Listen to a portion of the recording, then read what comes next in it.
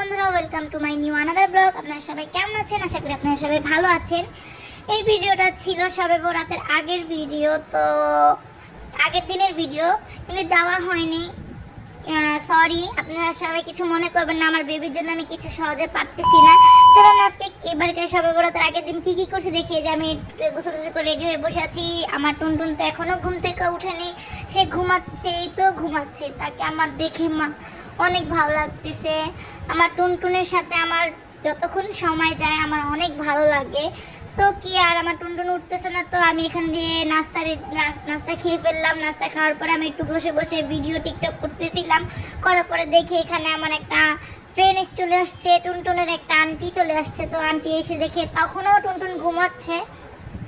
উঠে দে আন্টিকে। আন্টি বলতেছে আমার টুনটুন ঘুমাচ্ছে এখনো, আমি কি করব? আমার টুনটুনটা কেন ঘুমাচ্ছে? আল্লাহ, তুমি আমার টুনটুনকে একটু তাড়াতাড়ি ঘুম থেকে উঠিয়ে দাও, আমি আমার টুনটুনকে একটু দেখবো, আমার বাচ্চা ঘুমাচ্ছে, এগুলি বলতেছে। তো তার বাচ্চার সাথে সে একটু ভিডিও করে নিল, করে টোরে। তারপরে আমরা দুপুরে লাঞ্চ করলাম অনেক কিছু দিয়ে। ও আজকে আসছিল আমাদের বাসায় বাবুকে দেখার জন্য আর আমাকে একটু মেহেদি পড়ার জন্য। তো সে আগে তো একটু খাওয়াইতে হবে। সে একটু ব্রনকলি অনেক পছন্দ করে, তো তার জন্য ব্রনকলি ভাজি করা হয়েছে।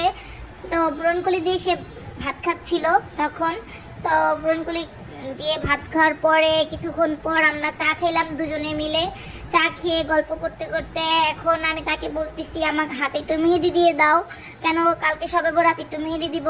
তো এই কারণে সে আমার হাতে একটু মেহেদি দিচ্ছিল। অনেক মাশাআল্লাহ, অনেক সুন্দর করে সে মেহেদি দিতে পারে।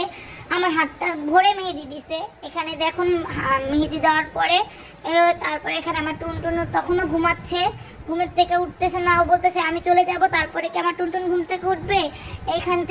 এখানে দেখি আমার টুনটুনের দাদু এসে টুনটুনকে একটু আদর করে দিল। আদর করতেছে ওর দাদু। কি ওর দাদু ওকে অনেক ভালোবাসে, তাই এই কারণে একটু ধরে রাখছে। এখানে আমার টুনটুন উঠে গেছে, উঠে যেয়ে তো বাথরুম করে দিছে। তো কি করার, ওর আন্টি ওকে পরিষ্কার করতেছে। আমি বলি তোমাকে দিয়ে হবে না, এগুলি করে হাসতে হাসতে বলতেছে ও যাওয়ার সময় চলে আসছে, এখন ও চলে যাবে। আমি আরও একটু ভিডিও করে নিলাম, ওর সাথে একটু ভিডিও করে টোরে এখনও চলে যাচ্ছে। আর আমি ওর একটু নিচে গেট খুলে দিয়ে যাচ্ছিলাম। তো আমাকে যেতে যেতে বলতেছে আমার বাচ্চা তোমাকে রেখে গেলাম, তুমি আমার বাচ্চাকে সুন্দর মতো রেখো, আমার বাচ্চা জানি কিছু না হয়, এই সেই আগ্রাম বাগ্রাম অনেক কিছু বললো। বাবারে, আমি ওদের বিদায় দিয়ে এখন উপরে চলে আসলাম। আর এখন কি করে, উপরে এসে কিছুক্ষণ পরে দেখি আমার বাচ্চা সেই কান্না করতেছে। আমি নিচে চলে গেছি ওরে রেখেও, তো এখানে কান্না করতেছিল আমার বাচ্চা। আমার টুনটুনটা অনেক কান্না করলে আমার অনেক কষ্ট লাগে, যে কী করবো। আমার টুনটুনেরকে একটু করে কান্নাই কোনোভাবে থামাইতে পারতেছি না। তারপরে কিছুক্ষণ পরে দেখি আমার টুনটুন একটু স্বাভাবিক হয়েছে। তারপরে ওর সাথে একটু আমি কথা বলতেছিলাম। এখানে ওর দাদু আবার ওকে একটু আদর করে দিচ্ছে, ফুদি দিচ্ছে সূরা পড়ে। অনেক নামাজ পড়ে সূরা পড়ে ফুদি দিচ্ছে। এখানে চুপ করে বসে আছে আমার টুনটুনটা। তারপরে কি ওর বাবা আসলো, ওর বাবা ওর সাথে খেলা করতেছে, ওরে অনেক আদর করতেছে, অনেক ভালোবাসা দিতেছে। বাবার সাথে থাকলে তার আরোই চিনে না। তো আজকে এই পর্যন্তই, আপনার সবাই ভালো থাকবেন আশা করি। এই যে দেখুন আমরা আজকে অনেক কিছু খেয়েছি।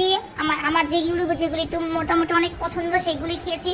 এখানে আমার মেহেদিটা অনেক সুন্দর হচ্ছে। আল্লাহ হাফেজ, আপনার সবাই ভালো থাকবে।